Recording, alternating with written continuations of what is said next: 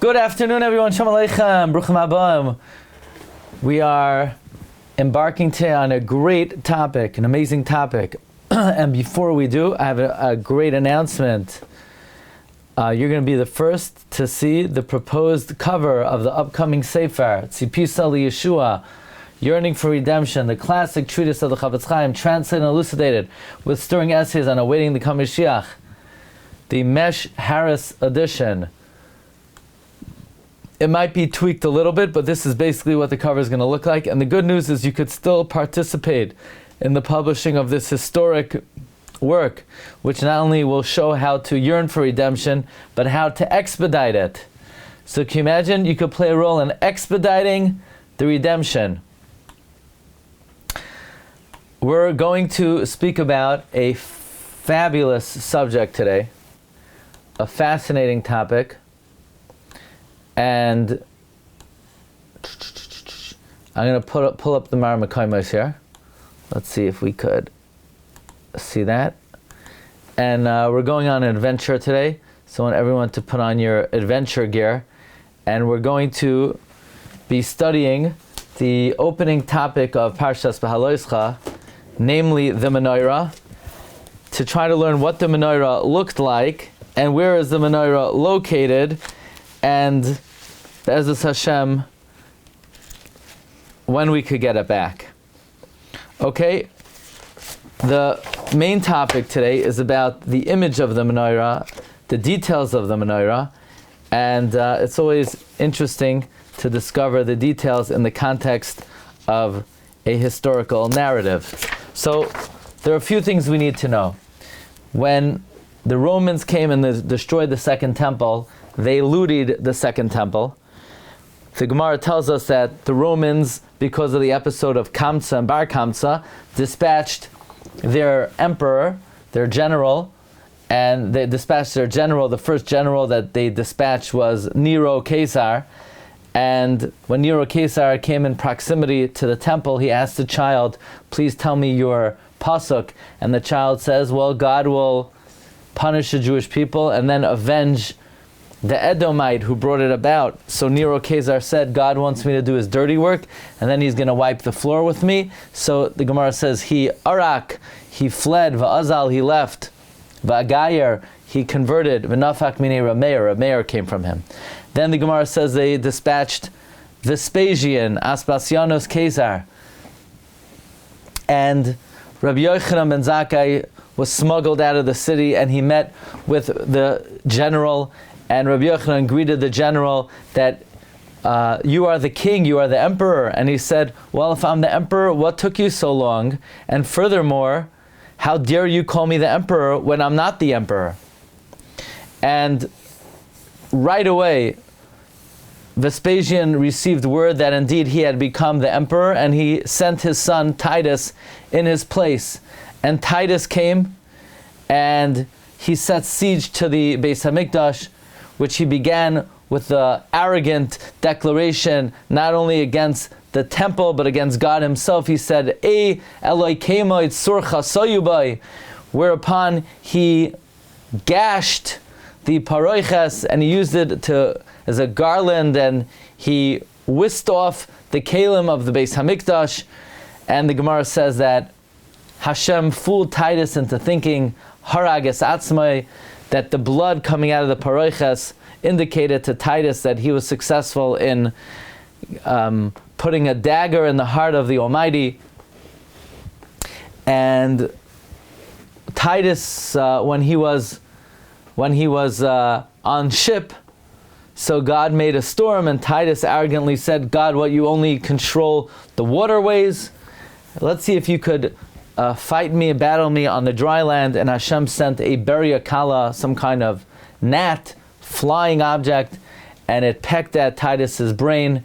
And Josephus writes that at the end of Titus's life, while he originally was a very aggressive, irritable, angry, wild animal, he mellowed toward the end of his life. And Rav Miller would say, yeah, sure, he mellowed. When he had a flying creature pecking at his brain, it was hard for him to pay attention to anything else. And Our tradition is that the Romans whisked away, they looted, and they took as booty many of the kelim of the Beis HaMikdash. So let's study what exactly is in Rome today, and let's learn about the whereabouts and details of the Menorah. Let's begin with the Gemara in Yuma Daf Nun Zayin. The Gemara says, Tana, kishehu maza einoi maza ala pareiches ala keneged hapareiches. When they would sprinkle the blood, they wouldn't sprinkle it on the pareiches, so as not to get the pareiches blood drenched, but opposite the pareiches. Amar Rabbi Lazar bar Yossi. Rabbi Lazar bar Yossi says, No. Ani ro'isiha baroimi. I saw the pareiches in Rome. V'hayu aleha kama tipe damim. There were many drops of blood, shalpar v'sa'er shal Yom Kippurim, of the bull and the goat of Yom Kippur. So Rabbi Lezer Rabbi Yossi said, I was in Rome. Can you imagine? This Tana said that he was in Rome and he saw the pareiches. So the first piece of information is, where is the pareiches? It is in Rome. Who saw it? Rabbi Lezer Rabbi Yossi. Rashi brings a story from the Gemara in Me'ilah, in number 2, by the son of Talmion, that a nace happened to Elazar bar Rabbi Yossi. Elazar bar Yossi healed the daughter of the king. What happened? A demon entered the body of the Bas Melech, and the name of the demon was Ben Talmion, and they brought him into the Oitzer of the Melech to collect whatever he wanted, and all he wanted was to take some letters, because they made gezeros against the Jewish people, and he found them and he ripped them up. And there, when he was given the opportunity to enter this repository in Rome, he saw the clay Beis HaMikdash. He saw the clay Beis HaMikdash. Now it's interesting. How did he get there in the first place? Well, the Gemara seems to say that there was somebody who snuck in to the Roman society. He got a special Roman haircut because the Romans abolished Shabbos, the Romans abolished Milah, and the Romans abolished Taras HaMishpacha. So somebody took a Roman haircut and they were they snuck in and they said, I don't understand. You want your enemy to be rich or poor? They said, we want him to be poor. So they said, so let them rest on Shabbos. They'll lose 1/7 of their income. So they said, oh, great idea. Then he said, you want your enemies to be strong or weak? They said, weak. So he said, let them do bris milah. They'll be weak. They said, great idea. He said, you want your enemies to be numerous or limited in population? They said, limited in population. So he said, let them keep Taras HaMishpacha. But then his cover was blown, and a miracle happened that Rabbi Lezer Rabbi Yossi was able to heal the Bas Melech, and in doing so, he was given access to the royal archives. Speaking of which, if you have access to any royal archives, I'm looking for the archives of Hamodia magazine, published, Hamodia newspaper, published in Poltava, it's Russia or Poland, between 1910 and 1915. I found, with the help of a number of people, the original printing of Tzipisa Yeshua in the Hamodia magazine in 1913, but we have a question whether it's really 1913 or 1911. So if you know of any libraries that have access or the hard copies of these, that's like the final piece of this sefer. Anyway, this is one item that Rabbi Lezer Rabbi Yossi saw in Rome. He saw the pareiches. What else did he see? If you look in the Gemara in Sukkah on Daf Hey, V'amar Rabbi Lezer Rabbi Yossi, Ani ro'isiv b'roimi v'kasa alav kodesh Hashem. He said, I saw the tzitz. I was in Rome and I saw the tzitz. And on the tzitz it said, kodesh Hashem. How did he get there? Rashi says, he, like the Gemara says in Me'ilah, about this demon, Ben Talmion, that possessed the princess, that Rabbi Lezer Rabbi Yossi was able to exorcise from the princess, and on that occasion not only did he see the pareiches, he saw the tzitz as well. What else did he see? In Koheles Rabbah, he reports to seeing the little bird that was pecking in Titus's brain. In number 5, Amar Rabbi Lezer Bar Yosi, Ani Hayisi Sham B'Roimi, I was in Rome, V'nasnu Hagoyza Alhu Mitzad Echad. They put that pigeon that pecked at Titus's brain on one side, Ushnei Halitrin Mitzad Echad, and 2 liter measurement on the other, and there was an equal measurement. In other words, the bird had consumed so much of Titus's brain matter that it weighed 2 litra. Nasnu oisei v'ka'ara. Kol dahavadein shani havadein shani. Anyway, they placed it on a plate, and it was a commensurate. Prach yatusha precha nafshe de Titus, and the gnat flew away and Titus died. Anyway, Rabbi Lezer Rabbi Yossi saw the actual bird-sized gnat that was pecking away at Titus's brain. So not only did Rabbi Lezer Rabbi Yossi see the paroiches, not only did he see the tzitz, he saw the bird that pecked at Titus's brain. What else? That it says in Esther Rabbah, Tana Asa v'chol malchei Yehuda yashvu alav. Asa and all the kings of Yehuda sat on the throne of Shloimeh. V'kivan sha'ala Nebuchadnezzar, when Nebuchadnezzar rose to power, the Hecher v'Yushalayim, and he destroyed Jerusalem. Higla oisei leBavel. It was exiled, the throne was exiled to Bavel, umi Bavel Amadai, and from Babylon to Media, umi Madai Liyavan, from Media to Greece, umi Yavan laEdaim. Amar Rabbi Lezer Rabbi Yossi, Ani ro'isi shavara b'roimi, I saw shattered pieces of the throne of Solomon in Rome. So there are 4 items that were seen in Rome. Number 1, the paroiches, the Gemara in Yuma says. Number 2, the Gemara in Sukkah, the tzitz, Koheles Rabbah, the bird that pecked at Titus's brain. Esther Rabbah, the shards of the throne of Shlomo HaMelech. Now, nothing is mentioned about the Menorah. Doesn't say he saw the Menorah. So we don't have a record that someone of his stature saw the Menorah. Let's talk a little bit about the Menorah, because anyone who's ever been to Imperial Rome, the engraven image in the Arch of Titus in Rome instills great reverence, and your hair stands on edge. You're filled with goosebumps seeing the depiction of the Menorah and the Arch of Titus, of the Roman legionnaires whisking away the Menorah HaTahira through the streets of Rome to onlookers and revelers who are cheering of the Roman victory. However, upon further analysis, if you study many of the details of the Menorah that appear engraven on the Arch of Rome. By the way, who made the Arch of Rome? Titus destroyed the temple in the year 70. But at that time, Titus was not the emperor of Rome. Titus was only the general. The emperor of Rome was Vespasian.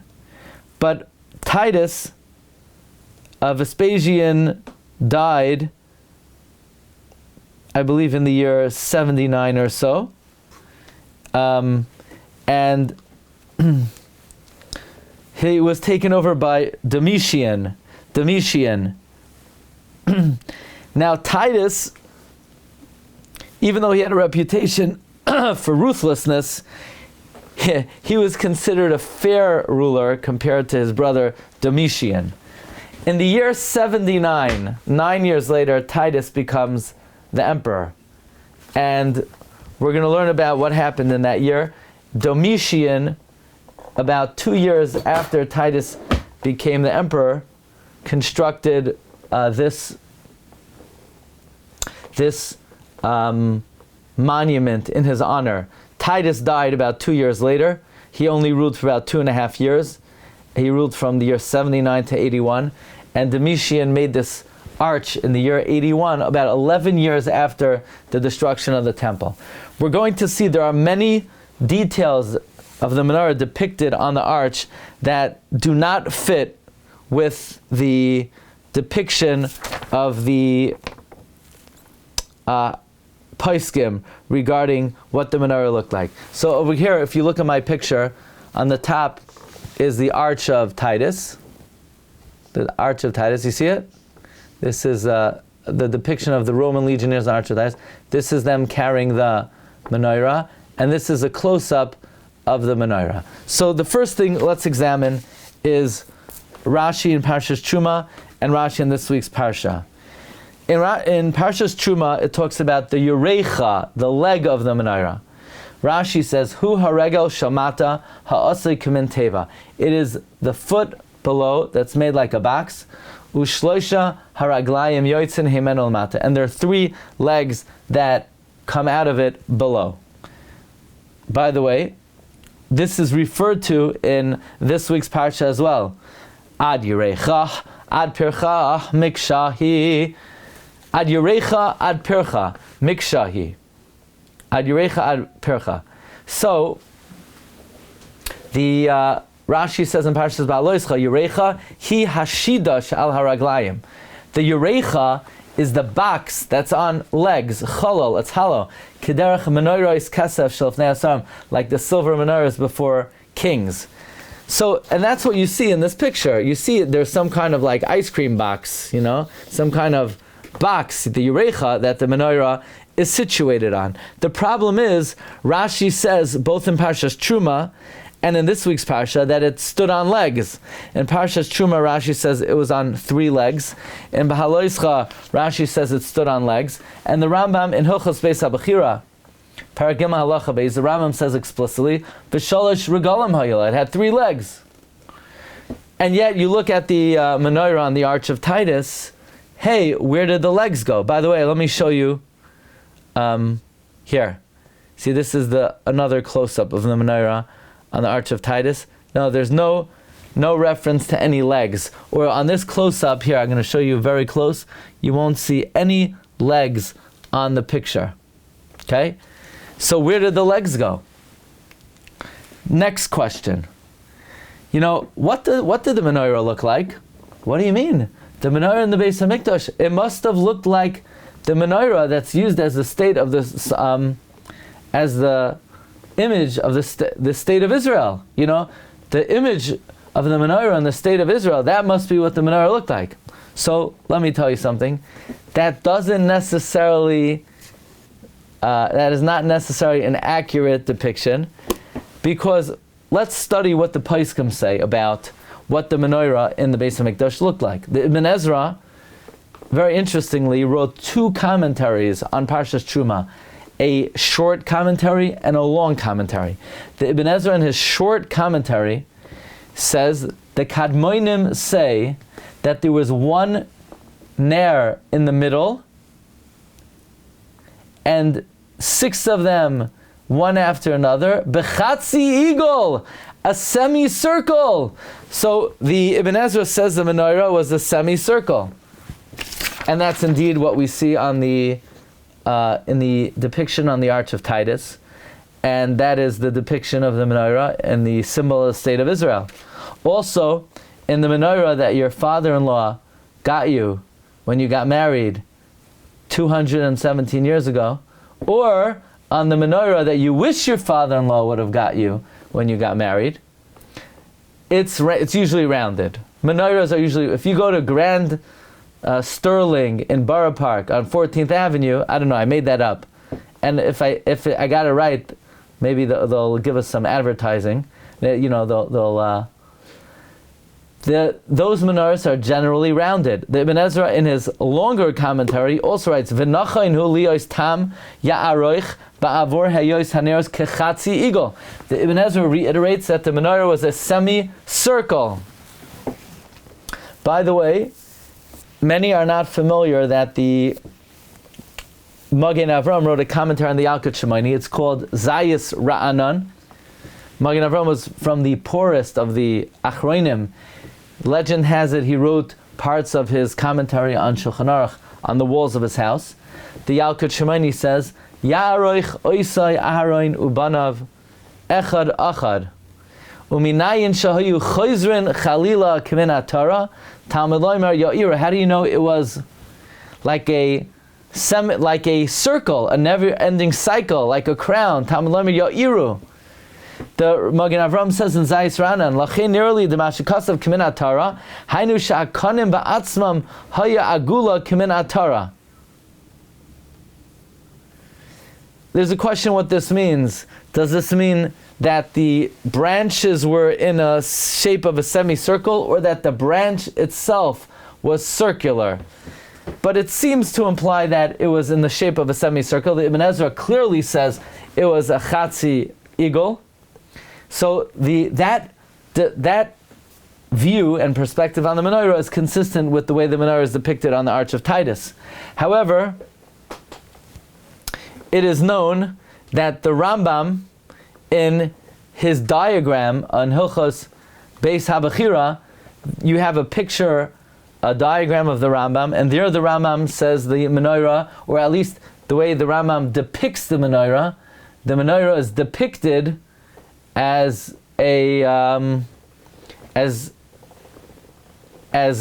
diagonal. There, the Menorah is depicted as diagonal, and in fact, Rabbi Avram ben Harambam in Parshas Truma says something very interesting. He says, "V'shisha kanim, hakanim kamay anofim." The kanim were like branches. Nimshachim migufa shel Menorah. They're drawn from the main body of the Menorah. Letzad roisha, towards its head, b'yoshar, k'moishat tzir oisa abba morizal, like my father drew it, loy be'eagle, not rounded k'moishat tzir oisa zulas like others have depicted it. In other words, Rabbi Avram ben Arambam clearly articulates that the Menorah was diagonal, and the way his father drew it up, and not the way others have drawn it up. Furthermore, Rashi in Parshas Truma says the way the kanim of the Menorah were, they were yotzem mitzideh lekanu lekan, from this way and that way. Ba'alaksoin, in a diagonal, nimshachim ba'olam. They were drawn and they went up ad keneged goyver shel Menorah, up to the height of the Menorah, shukana emsai. So we have a machlokes. What did the Menorah look like? The Ibn Ezra, the Magen Avraham, seems to say it was semicircular. However, the Rambam and the Rabbi Avram ben Arambam and Rashi says it was diagonal. Now, what's the halacha? Well, the halacha is the Ibn Ezra is a commentary on Chumash. It may not be considered a posek. Rashi as well, there are many who maintain, was especially ala Torah, was just a mefaresh. We would follow the Rambam. Presumably, if Mashiach came today, we would follow the approach of the Rambam, that the Menorah was diagonal. Well, how is that consistent with the Menorah in the Arch of Titus? Here you have a depiction of the Roman legionnaires carrying away the Menorah, and it's semicircular. So, how do you ask the question? Is this a question on the Rambam, or is this a question on the historical depiction? But it's inconsistent. So that's another thing that we have to deal with. And a third inconsistency is the depictions on the ice cream cake box underneath the Menorah. Like I showed you, on this box, you have these depictions, and they seem to be depictions of dragons. And these darkonim are definitely idolatrous icons. And it's not reasonable to assume that in the second Beis HaMikdash, on the base of the Menorah, there were idolatrous icons, especially in light of the fact that the first Beis HaMikdash was destroyed because of Avodah Zarah, and we don't find that they worshipped Avodah Zarah during the second Beis HaMikdash. Interestingly, the Gemara in Avodah Zarah says on Daf Mem Amud Beis, Mankit Rav Sheshes Chumrei Masnisa V'tani Kol HaMazolis Mutarim Chutz Mimazal Chamo Levana V'chol HaPartzufin Mutarin. All faces are permitted Chutz Mi Parts of Adam V'chol HaTzuros Mutaris. All images are mutar Chutz Mitzuras Darkoin. The dragon is considered the most idolatrous of all the various images. So that's a third inconsistency. So how exactly do we reconcile the halachic depiction of the menorah, which is, number one, it had 3 legs, number 2, it was diagonal, and number 3, it did not have pictures of Avodah Zarah? How do we reconcile it with the depiction of on the arch of Titus? So there are basically 3 approaches to, or 3 to 4 approaches to reconcile this issue. Let's begin with the first one. The first one is found in Likutei Sichos. These are the Sichos of the Admar of Chabad, Rabbi Menachem Mendel Schneerson. And in the original, there is a repository of all of his Sichos of all the various years. It's originally in Yiddish. And here from the Sefer Oitzer Plois HaTorah, we have sort of the Hebrew translation of it. He says that because of all of these inconsistencies, it is logical that the menorah that is depicted on the Arch of Titus in Imperial Rome is not a picture of the menorah in the Beis HaMikdash. It must have been a different menorah that was similar to the menorah in the Mikdash. Because back in the day, since the menorah was the center point, you may say, of the Jewish people, and it was considered one of the most prized and cherished objects, many people had menorahs in their homes, similar to the menorah in the Mikdash. Especially, idolaters would have, therefore, menorahs for their idolatry. And that's the reason why there were dragons on the base. And it was not a halachic menorah. It was not exactly like the menorah in the Beis HaMikdash. And the Admar of Chabad says that the depiction on the Arch of Titus must have been a different menorah, but the menorah that Moshe Rabbeinu made and that they lit in the Mikdash, it was A, diagonal, B, it had 3 legs, and C, it did not have any idolatrous images on it. This is the approach of the Lubavitcher Rebbe, quoted in Likutei Sichos Chelek Chavav Parshas Tetzaveh.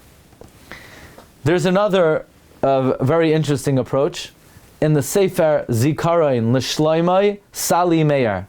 This is a memorial book for Solomon Sali Meir, or it's called Scritti in Memoria di Sali Meir, which is a book in Italian that in tribute to this philanthropist. And in it you have an article from Rav Herzog, and Rav Herzog also brings up all of these inconsistencies. He says, whose heart does not flutter, whose heart does not skip a beat when they see for the first time the image of the menorah of our Beis HaMikdash that was destroyed, embossed in the Arch of Titus? No one has any doubt in the exactitude of this image. Why? Because, says Rav Herzog, whatever artisans they use, whatever artists they use, sculptors they use, certainly they did their work with exactitude. But anyone who knows anything about the menorah, there are a lot of questions you could have. Why? He says that a couple years ago, the archaeologist Dr. M. Cohen, who, by the way, was a descendant of the Baal Toras Chesed from Lublin, he turned to me and he asked me about many of the contradictions between the image of the menorah, the way it appears on the Arch of Titus, and the way the Rambam depicts it. The Rambam says it had 3 legs. The menorah on the Arch of Titus was square on the bottom without any legs. Also, the Arch of Titus' menorah has these dragons. Says Rav Herzog, I don't have the exact text of my response, but this is what basically I remember responding. Number 1, if the Rambam wrote it was diagonal with 3 legs, there's no question that is the tradition of Chazal. Now, maybe you'll say, yes, that was the original menorah of Chazal, but many are not aware. Many think, the Beis HaMikdash, it stood for 420 years. Not true. It was destroyed. Hordis destroyed it, and then he rebuilt it. So maybe when he rebuilt it with an idolatrous way. Maybe that Russia was arrogant, and he altered the image of the menorah. By the way, this summer, if anybody wants to join us, we're July 15th, we're visiting Italy to a number of cities that we haven't been to yet. We're going to be visiting the son of the Chida in Ancona and Zera Shimshon, and we're going to be going to Herodian, to Herod's city. Maybe Herod, when he built the new menorah, he did so with the idolatrous bent.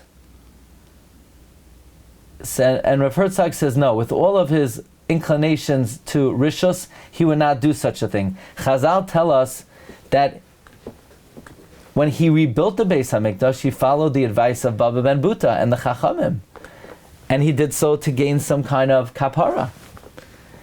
Now, the image of the Darkon, we know, was quite idolatrous, like we quoted from the Gemara in Avodah Zarah.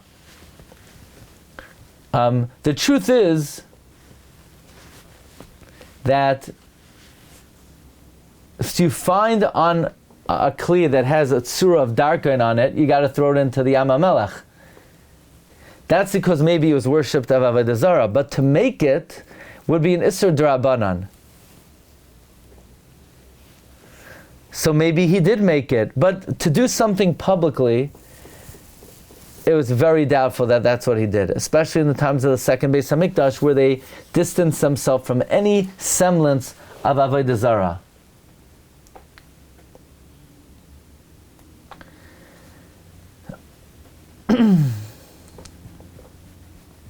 And especially Rav Herzog says they were very exacting, as the pasuk teaches, Hakoil b'chsav miyadi alai hiskil. And even if you're going to say that only applies to the mikdash itself and not to the kelim, it's mashma that they followed an exact script even for the kelim. So therefore, Rav Herzog says it's very doubtful that Herod made a different type of menorah than the halachic menorah. Here, by the way, here you have a picture of maybe some kind of image of Titus's. This is the image of Titus's menorah. You see like the dragons on the base as it appears here. And what's interesting, wow, I didn't even realize this. One of the earliest depictions of a menorah found in Eretz Yisrael is a menorah on an early matzeva, which is found in Be'eri. Can you imagine? It's found in Be'eri. So this is, here you see it's diagonal. On the other hand, you have a menorah, a mosaic menorah from the Byzantine period, and in Yericho, in Jericho, and it's circular. Another thing Rav Herzog brings up is the fact that the menorah had 3 legs. And that's not just the opinion of Rashi and the Rambam, it's based on the Gemara Menachos, Daf Chavches and Amud Beis. Now, the Gemara doesn't say how many legs it had, but obviously it couldn't have had 2 legs because, only human beings could walk on 2 legs. A kli that has a box underneath, it's going to need at least 3 legs. Okay. In any event, therefore, Rav Herzog says, because of these 3 inconsistencies, Rav Herzog offers the following thesis, the following theory. He says, "Ka'amor ani al karchi nidchaf lahashar ma'oino yazas." I am forced to say somewhat of a revolutionary theory. You know what my theory is? My opinion is, says Rav Herzog, that when they took the menorah of the Beis HaMikdash and the legionnaires took it from Rome to Shalayim, to the imperial city in Italy, something happened on the way the base broke off, it fell into the sea, and in order to move it, and in order to display it in their victory parade, so the Italian sculptors had to fashion a new base for it. And once they made a new base for it, they made it in the image of the menorah that the Romans had without any legs, below the lower box. And they just made a base or a box. And once they made a new box, they engraved on it the dragons. Now, this doesn't answer the fact that the menorah is rounded on the Arch of Titus, and that seems to be inconsistent with the menorah as depicted by the Rambam. But basically, Rav Herzog's conclusion is he has a critique on the state of Israel, why the state of Israel chose the image of the menorah on the Arch of Titus as a symbol of the state when that is not a halachic image. He says, Yoitzi mizeh shloi toiv oiseh mem shalasenu hayom hazeh kishazachinu shuv la'oira shel tzion hamesumelas b'menorah.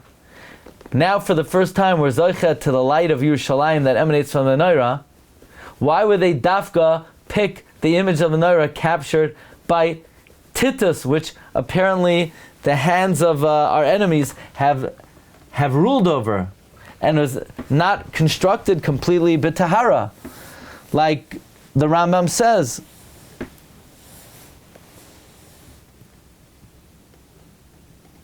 By the way, he also says not only that. One of the archaeologists told him that on most menorahs that are etched on the kvarim in the catacombs in Rome, they're all three-legged. And all the menorahs that are engraved on the menorahs in the mosaics are also three-legged. So you have it over here. Actually, I have to check. I was in the catacombs in Rome. So Rav Herzog is saying what the archaeologists testified to him. I'm curious let me see if I could get a picture of when I was there. Let's see.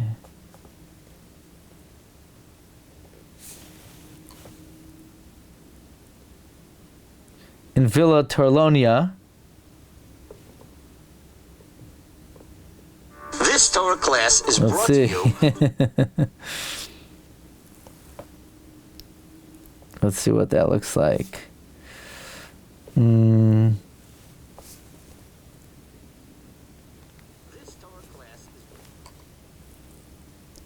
Let's see if we could get a picture of that. Oh, here. No, I don't see it. I see a picture of the menorah in the catacombs. See, that one doesn't have legs. Let's see. Okay, in any event, Rav Herzog says that the archaeologists testified to him that the menorahs in the catacombs all have legs. So therefore, Rav Herzog says that in his view, the menorah must have been damaged and it was replaced with a base that did not have legs and had these dragons. I still don't know how that would reconcile the fact that the menorah in the Arch of Titus was circular and the menorah, according to the Rambam, was diagonal. The menorah was diagonal. Okay, so that's the second approach. So again, the Admor of Chabad says that the menorah in the Arch of Titus is not that menorah. Rav Herzog says no, it is that the menorah of the Beis Hamikdash, but the menorah of the Beis Hamikdash broke. And then there's another approach. It's brought in the Sefer Elef Dar of a Rabbi Yehuda HaNasi that there are sources that the menorah never made it to Rome during the second Beis Hamikdash, but it was nignaz, which is not correct, which is wrong, by the way, because we have a very clear tradition that the menorah is in Rome, it says explicitly, take a look in the Avos of Nasan in number 22, that Dvarim ha'asuyin, there's certain things that are made, ugenuzin, and they're buried. Elohein, Oyel Moed, the Oyel Moed, v'kelim shabai, and the kelim of the Oyel Moed are buried, meaning the shulchan, the mizbeach, v'aroin, the aroin is buried, v'shivrei luchais, v'tzinsenes haman, v'hamate, umakloi shel aroin, shkeideha, pracheha, the big day kahuna, the big day kain mashiach. But aval machtesha shel beis avtinas, the mortar of the beis avtinas who made the ketores, the shulchan, the menorah, the paroiches, the tzitz, adayin, munachin, beroimi. They are in Rome. So here we have a explicit Avos of Nasan that the shulchan, the menorah, the paroiches, the tzitz are still placed in Rome today. So, again, but there are those, historians who, that their opinion is Keneged Divrei Chazal. Now, as we mentioned on the gate of Titus, of course, there's the image of the menorah, and there's a great controversy when they founded the state of Israel and they made the Tzuras HaMenorah, the symbol of the state. They made it a replica of the menorah in Shar Titus, and thinking that the menorah depicted on the Arch of Titus is a exact replica of the menorah. As we mentioned, there are many problems with that. You have the dragons, and there's a question, is it usher to make the dragons? Not, but it's not mistaber than the Bayis Sheni, they made dragons. The Rambam says that it had 3 legs. There's a question whether the menorah is circular or it's diagonal. Rav Herzog offered his opinion, and based on his opinion, he said it was a mistake that the state of Israel used that menorah. But this Rav Horowitz says as follows. He says, "Yesh ladun b'chol haraya me'ashar hanal, ki lefi ha'masupra b'divrei yimei Roma lo nivna shar miyad achar." So he offers like this: the Arch of Titus was not built by Titus. Titus was victorious in the year 70. Vespasian dies in 79, and Titus becomes the emperor in the year 79. And Titus didn't build it. Domitian, his brother, built it. And he built it to commemorate the life of his brother 2.5 years later. So Vespasian ruled for 8 years. Titus ruled for 2.5 years. And even if you want to say that Domitian built it immediately, 11 years passed since the Romans marched that menorah through the streets of Rome. So is it possible that the artisan took some artistic leeway and he drew what he considered was the depiction of the menorah, but that's not exactly what the menorah looked like. So this approach is different than the Admor of Chabad, it's different than Rav Herzog. It's saying that because the arch was built 11 years later, he may not even have had the menorah in front of him. So he made it rounded, he made it with dragons, he made it without legs. Look, I think it's reasonable to say that even if the menorah was in front of him, I mean, anybody who ever saw... Now, the truth is that the sculptures and the statues of the Roman generals were considered exact replicas of what they looked like, because they considered it to have power, and it was only infused with power if it was a perfect rendition of what they looked like. But still, not every artistic rendition is meant to be an exact replica. Anybody who's seen art knows that most art is not an exact replica of the original. But this is his approach. It took place 11 years later, and it does not necessarily, it might not have been exactly accurate. He also brings other sources that claim that the gate built in the time of Titus was destroyed, and then another one was built by Domitian. and the inscription on the current arch is different than the original art. The original art read, Asifas Kesoivas Ramos.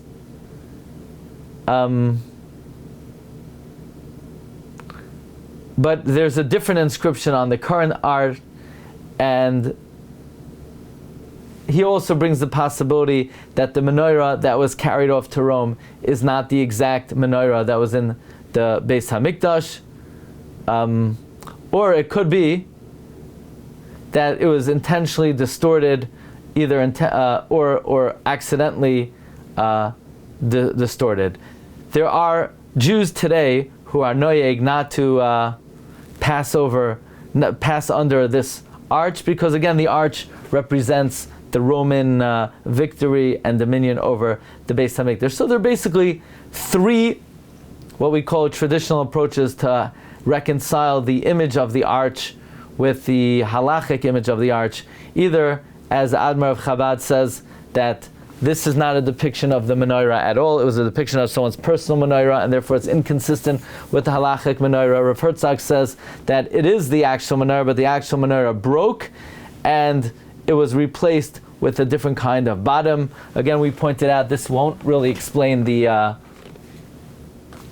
fact that the menorah is rounded and not diagonal. And then this Rav Horowitz suggests that because it was built 11 years after the victory of Titus, perhaps that's why it was inaccurate. By the way, so Titus takes over in the year 79, and in the very year that he takes over, in the year 79, one of the generals who helped Titus in his campaign against Yerushalayim, Pompey, Titus named a city after him, and that whole city was destroyed with in a volcanic explosion, in a volcanic eruption, in the year 79. So right after immediately after Titus became general, he was punished midah keneged midah, measure for measure. I believe Rabbi Beryl Wein writes, because people took this as divine retribution. He destroyed the temple in fire, and one of his important cities was destroyed in fire in Pompeii. And then a year later in Rome, wildfires broke out that burnt down significant parts of the city. So within his first 2 years of reign, he was met with fierce divine retribution, and he only ruled 2.5 years. And right now, Titus is not in a good place, and he rues the day he ever started up with us, as should all the Sonei Yisrael. Anyway, this is an interesting way to review some of the details of the menorah. Namely, the menorah halachically, the Ibn Ezra says it was rounded, the Rambam says it was diagonal. Based on the Gemara Menachos, the Rambam and Rashi say it had 3 legs, and it certainly did not have Avodah Zarah on it. But let's just end with the following very powerful idea. You know, when the Reb Shmuel Rozovsky says that what motivated the Panovich Harav throughout his life is that Panovich Harav recognized that our enemies could only dominate and only have sovereignty over the physical shell of something. But there's an idea, Gvilin Nisrafim Va'oisiyos Parchais. The physical shell could be destroyed, but the spirit of it, so to speak, flies up and awaits until we rebuild new vessels for the spirit to reside in. And this is an idea that the Panovich Harav said, if he builds a yeshiva in Eretz Yisrael, then the soul of Panovich will be transplanted to the new vessel that he rebuilt. And the same with the menorah. The Gentiles can only have control over the physical shell, but the soul of the menorah, which is testimony that Hashem resides among the Jewish people, is with the Jewish people eternally, and the day will come when we will be reunited with the true menorah, which we know the Ner Ma'aravi was never extinguished, which shows Eidos Huli Yisrael, Sha'ashchina Shaira Imanu, and Be'ezus Hashem, we should be Zoicha again to the Avodah in the Beis HaMikdash. Meher v'yameinu, Amen. Okay, thanks for joining everyone. Have a beautiful day. Kol Tov.